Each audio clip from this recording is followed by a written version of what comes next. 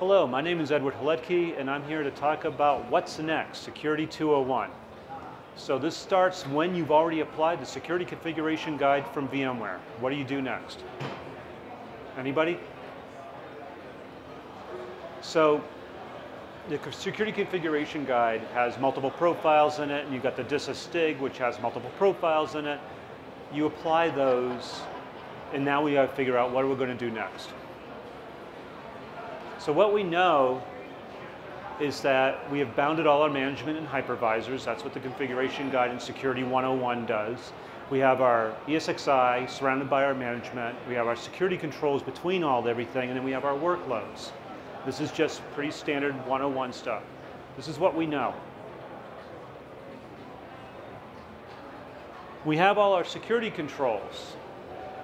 We have our firewalls, our hypervisor settings, our VM settings, our network settings, our logging. Again, that's all from the configuration guide. We want to log to some place so we can look at the logs. So what do we do with our logs? Well, that's a big question. So where do we go? We're going to have to take all these things and somehow come up with some sort of assessment or score to say, how well did we do them, right? That's the first step. Because I can apply the configuration guide completely wrong. I could apply a patch, some of it could go away.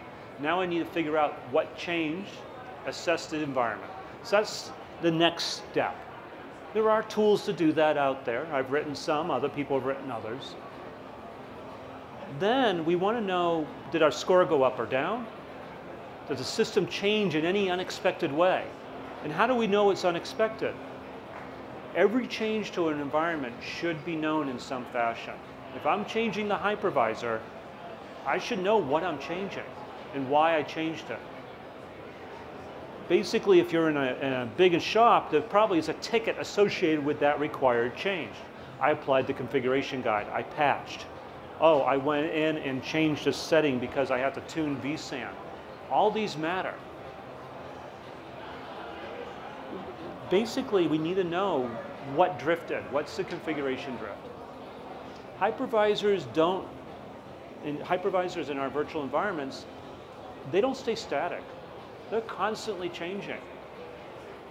We are either doing it ourselves, some tool may be doing it for us, or I may be patching, or just naturally over time. By the way, a long uptime is not a badge of honor. If you have a long uptime past 3 months for a hypervisor, that's actually a badge of shame. It means you're not doing security patching, which come out every 3 months, if not earlier. Some of them come out every month. Patch as often as you need to. Part of that is also controlling configuration drift. I assess daily. Some people can actually assess audit every hour. It depends on how vibrant your environment is, how much it's moving. You want to do is basically, if you are making a change, you may want to, like I just did an update, I may script an assessment immediately as part of that update. Why? Because I want to know, did that update change something I did not know about? I do this specifically in my lab environments where I'm testing upgrades. Then when I go to production after my test is done, I know what should be changing back to where it should be going. That assessment helps. Even then, I may make a bunch of changes because I have to, and I may automate that. I still want to assess to make sure I did it right. So what do we monitor? These are just some basic things. You want to monitor the things you cannot prevent. So in a virtual environment, if I use something like a high trust tool or other type of security broker, I can prevent some things from happening. Inside of vCenter, I can use role-based access controls to prevent things from happening. Only certain users can change network settings, for example, or certain users can manage the cluster. That is important. That prevents bad things from happening, prevents changes from happening that shouldn't be there before. I can also monitor for those things I can't prevent. For example, it's almost impossible to prevent a hot add of one disk to another virtual machine. If you give me the right to create a disk, I generally have the right to add a disk. So you want to monitor for that activity. You want to monitor for placement of VMs. Even though I can tell you you can create a VM and you can only put it here, Well, actually, you can put it anywhere you have access to on that hypervisor. So you want to monitor for placement. It may go in the wrong spot. Oh, that area is a virtual switch, for example, is for the DMZ. Well, I just put a production VM that belongs out in an unprotected area of my network into the DMZ. That's probably a bad idea. You want to remove it, and that's why you want to monitor for placement. I want to unapprove, and basically there's also a lot of unapproved networking out there. I may have a promiscuous mode port group because some security tool requires that, or some other tool requires that, maybe an SDN or any numbers. Actually, a number of SDNs require that. Putting a normal workload on there is a really bad idea, because then it inherits all that promiscuous mode capability and can attack your environment. So again, I want to monitor where I'm placing things, whether it's in my network, whether it's inside of my storage. I may have a different LUN or different storage or data store for certain workloads, and I want to know if I'm going across trust boundaries. So you monitor for things you can't prevent. You also monitor those preventions so you can find out who did what, when, where, and how, and who was blocked from doing something. I also want to monitor performance. The funny thing is that years and years ago at our SAY conference in VMworld, this was around 2010, yes, many years ago, I asked an important question of a bunch of security guys. I said, what is the early warning system for virtualization, virtual environments to tell if something's gone wrong from a security perspective? Almost to a person, they said performance. It'll give you that metric that says something just spiked and chewing through CPU. Well, if that's not normal behavior, it could have been an attack. You want to monitor for that. Matter of fact, App Defense takes advantage of that same thing, and that's how it does it. It actually monitors CPU and memory utilization to give you a possible, hey, I'm being attacked. Now go deeper. So it does that. Log analysis. I want to analyze all those logs. The vSphere 6.7, 6.5 logs have been greatly improved. So I can now bring those into VRLI using security dashboards, or even creating your own. You can monitor those all for security events. Somebody doing something they should not do. That log analysis is really, really important. Splunk actually has enterprise security with virtualization logging in it already for the main things that people should be looking at. That's a good start. You can add to it, add your own rules, add the things that are unique to your environment that you don't want to see. Why? You don't want to monitor, but you don't want to just alert. You may want to quarantine then alert. And actually there's a lot of text on here, and that's going to be on screen. The reason being is some issues require an immediate response. I put a place of VM on a promiscuous mode port group that shouldn't be there. I may not want to wait for the alert to cycle through the system, which could take, what, an hour or 2 hours? In the meantime, I've already attacked your environment, stole all your data, and left. So you want to basically quarantine or shut down or get rid of that immediately, and then augment the logs to say, I did this action, and then that people can go back and say, okay, that travels all the way through, but I've already done the action. This is important. You also, to do proper quarantining requires more. I may need more network, I may need more storage, I may need more compute. And the reason being is I may be taking bigger VMs, quarantining them by moving them into another location. I may be moving them across data stores, I may be moving them across to different networks, and I may want to keep them running while they're doing their bad stuff and monitor them even further while they can't go anywhere. So I may need more resources available in my cluster to do this, and it's actually very important. And then the alerting part, again, you want to quarantine, then alert. The alert needs to feed stuff into the log files that says, augment the logs that says, I quarantined this, this is why, and I did it automatically. And this is the tool that did it. So again, get who did what, when, where, and how. That way, when it comes down to the security response team, they'll know where to go, they'll know what they're looking at, and they'll know why you did it. And it's an automatic function. That's the next step. Then we get into things like forensics. So I've quarantined, now I need to do forensics. You need to ensure your virtual environment is forensics ready. And by forensics ready, I mean that you may probably want a forensics cluster. You don't want just one host, you want a cluster of hosts. You want enough storage that I can move things to it so that that storage is now separate from my regular environment. I want enough networking that I can actually duplicate the networking environment in this quarantine area.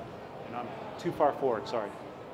When I do that, I now have a forensics ready system that has already VMs in it that actually have all my forensics tools. I may then be able to do snapshots and memories and get memory. And when I look at all forensics, you don't want to do forensics haphazard. Forensics is actually for the court of law. Anytime you use the word forensics and you're doing it, it is for the court of law. End of story. You want to take really, really good notes about what you're doing. You need good notes, and everything you do has to be repeatable. When we do malware analysis, we're not doing forensics, we're doing analysis. If I'm doing malware forensics, that means I have to step up my game. That's where you need these forensics tools already available, ready to fire. And I said, forensics for malware is no different. It's still for court of law. But I have an advantage in a virtual environment that no one else has. I can get memory and disk and everything right underneath the VM. The malware, the attacker doesn't know I did that. And I could do it multiple times to get difference in changes in state. That way I can track all the way through my environment exactly what it did to memory, what it did to disk, how it went from A to Z. So don't look at just point in time. You want multiple points in time. So do you have enough storage to get multiple points in time? How do you handle VMs that were encrypted? VM encryption disables the getting of memory through a snapshot. It doesn't allow you to drop memory anymore, so that memory file is gone. It's not encrypted, it just can't happen. So you have to now find another tool to get memory if you have encrypted VMs. Forensics ready is like an end game. This is really where I would love all our environments to go, is to have a forensics ready cluster. This is really pushing the envelope on most people. But it really means you need more capability. You need to really think outside the box on what you want to do. Okay? So that's actually all I really wanted. Today, it's really, when we start talking about Forensics 201, it's really just the beginning. We've done the basics. Now we've got the beginning of our where we want to go next. And where we want to go next, we want to assess, get a score, we want to do logging, and we want logging and monitoring. That monitoring is really important. You want to monitor for the things you cannot prevent first. Then you want to monitor to ensure the prevention worked right. Because that could change, right? Then we want to worry about what are we going to do when we find something bad. We want immediate actions as fast as possible. You want within 5 minutes. That should be your goal. It shouldn't take an hour or two or even a day. 5 minutes, automation is king here, okay? And then you want to have everything ready to do forensics on it right away. And that is it. That's where we're going. That's Security 201. I know I gave a few ideas here, I hope, but I'm open to questions. Any? I don't know how much time I have left, so. Well, it's supposed to be 15 minutes, that's why. Yes? Question?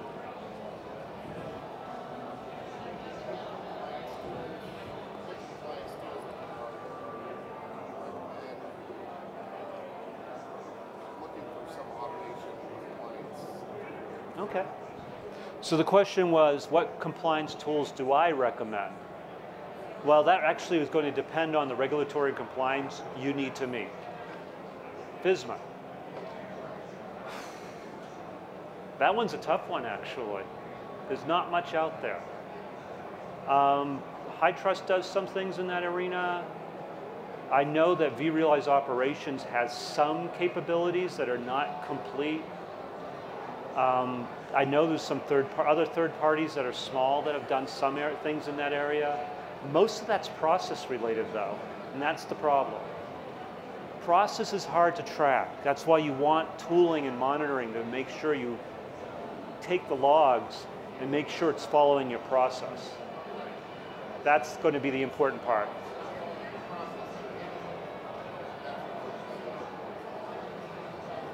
Yeah.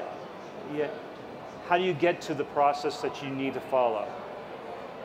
There is, actually at RSA conference a couple years ago, there was one that actually walked you through secure processes for various regulatory compliance. Let me get with you after this and we'll talk about it. I can't remember the name of the company off the top of my head. It was like a just started startup type thing. And I can't remember the name. No, not Puppet. Puppet can do some of that, but not all of it. Yes? Oh, you're just fixing your glasses? Anybody else have another question? So here's the other question is, how do you prepare your systems for forensics? I like having a forensics cluster, but you also have to look at the forensics tools. Not all forensics tools are made ready for virtualization. Be really careful which tool you choose. Now, the one that I like the best is FTK. They actually do access data. They do a lot better than almost any of the others for a virtual environment. They actually even understand virtualization, which is a good thing. So it's something to think about. Monitoring, there's going to be a lot of roll your own. Everybody's rules and regs for what's valid is different. What you quarantine on will be different from company to company to company. I do know if you're going to be putting a VM on a promiscuous mode port group because that you're required to have one, which by the way, you should never have one. And any time you have one is a massive exception.